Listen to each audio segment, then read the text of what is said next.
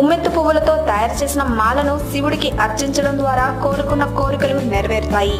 అలాగే ప్రదోష కాలంలో శివుణ్ణి అర్చిస్తే సర్పదోషంతో పాటు ఇతర దోషాలు తొలగిపోతాయి. మాసానికి 2 సార్లు ప్రదోషం వస్తుంది. అంటే అమావాస్యకు పౌర్ణమికి ఒక రోజు ముందు ప్రదోషం వస్తుంది. ఈ సమయంలో శివుణ్ణి దేవతలు స్తుతిస్తారని విశ్వాసం.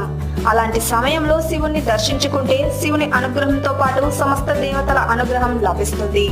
ప్రదోషం రోజున సాయంత్రం 4 నుంచి 6 గంటల సమయంలో నందీశ్వరుడిని పూజించాలి.